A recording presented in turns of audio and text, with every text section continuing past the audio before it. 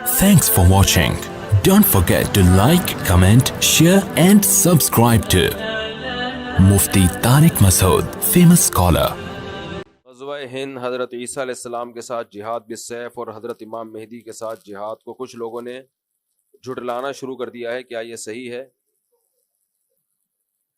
حضرت عیسیٰ علیہ السلام کے ساتھ مل کے جہاد ہوگا, حضرت مہدی کی قیادت میں جہاد ہوگا. یہ تو بخاری مسلم کی صحیح احادیث سے ثابت ہے اور امت کا اجماعی عقیدہ ہے. اس کا انکار کرنا یہ گمراہی ہے.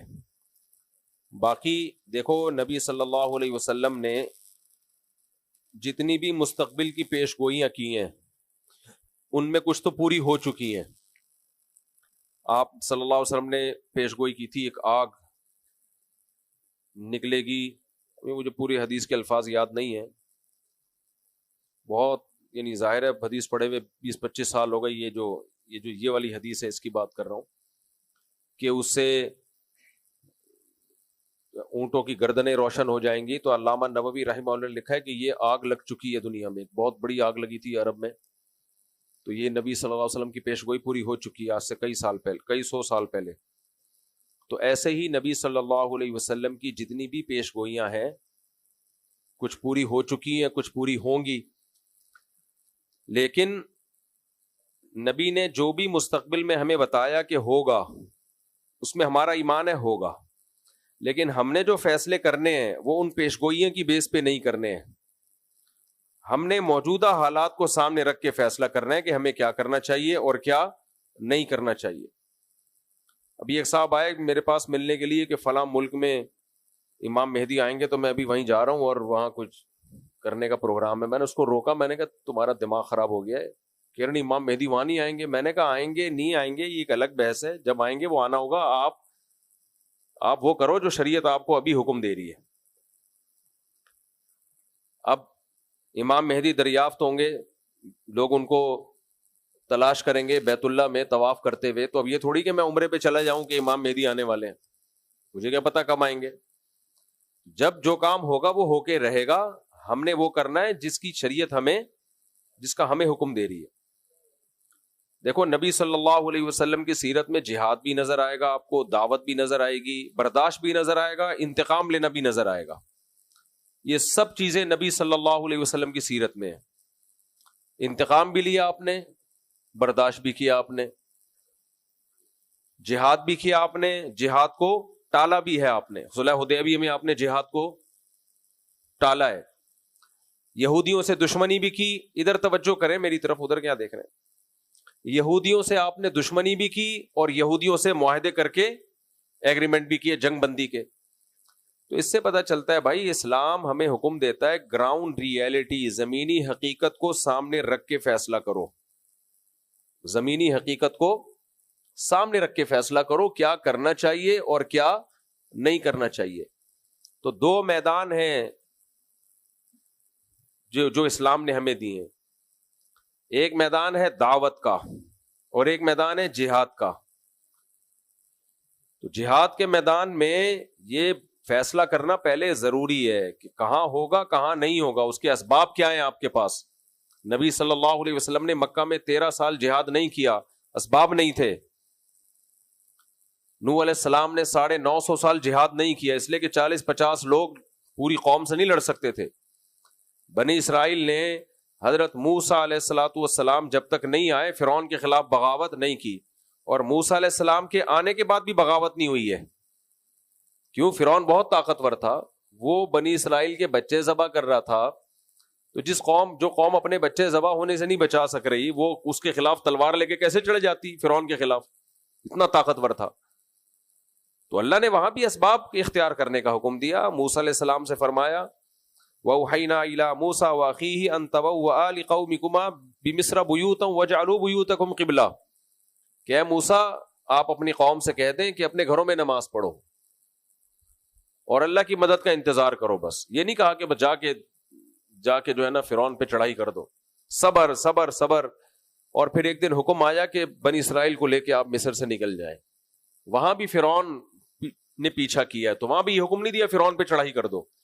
وجہ کیا ہے؟ طاقت کا توازن بولو ہے ہی نہیں, کوئی برابر بھی نہیں ہے نا. کوئی انتہائی طاقتور کے سامنے انتہائی کمزور.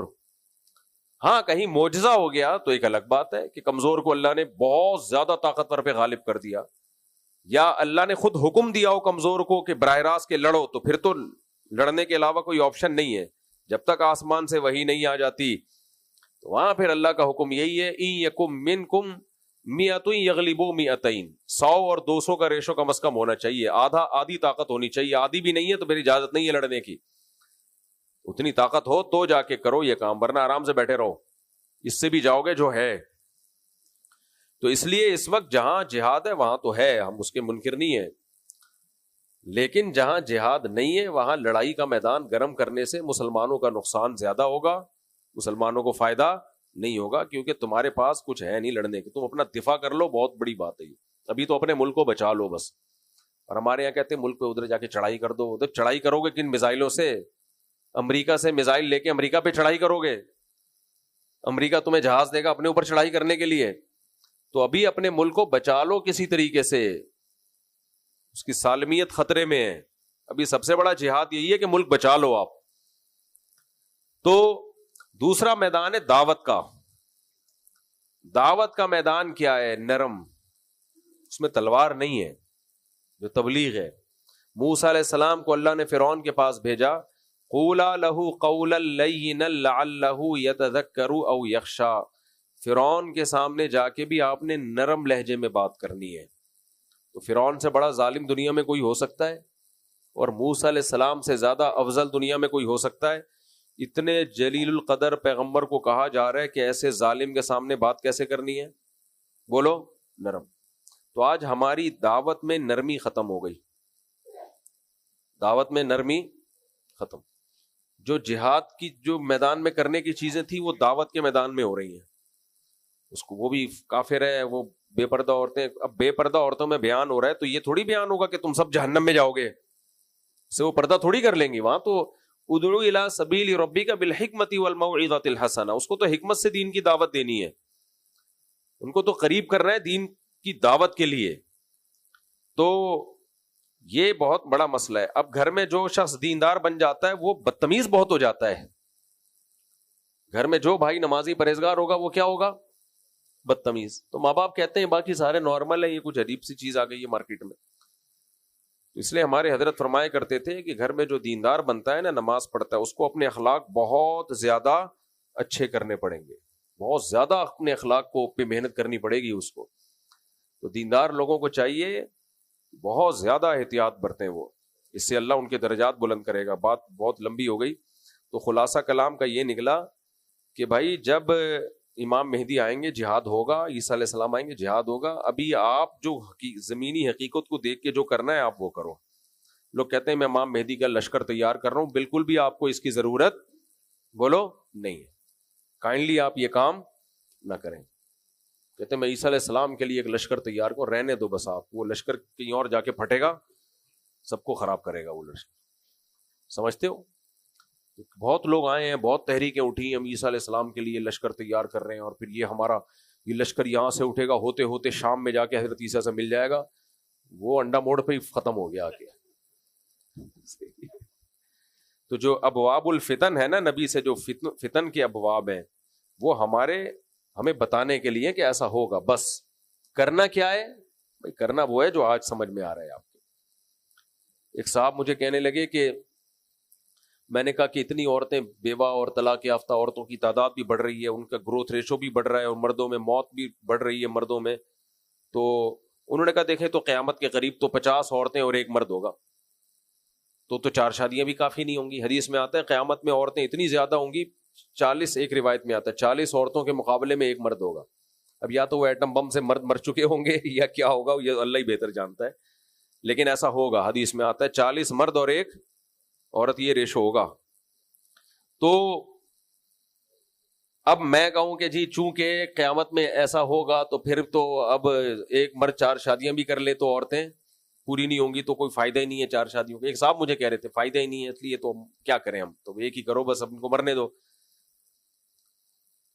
اور یا کوئی مفتی آگے فتویٰ دے دے کہ قیامت کے قریب 40 عورتیں ایک مرد ہوں گے, تو اس ایک مرد کے لیے 40 عورتوں سے نکاح جائز ہے, ابھی سے ٹریننگ شروع کر دیں ہم اس کی تیاری.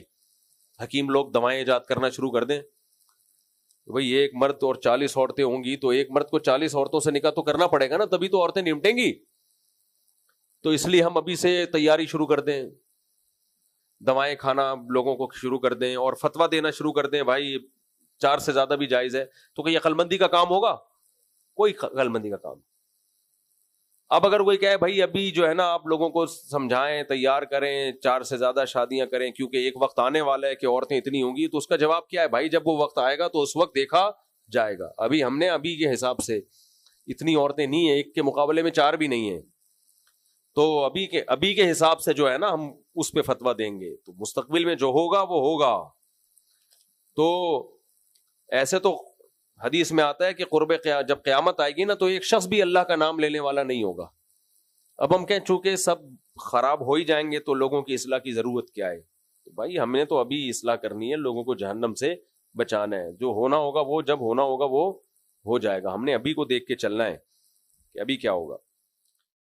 Thanks for watching. Don't forget to like, comment, share and subscribe to Mufti Tariq Masood, famous scholar.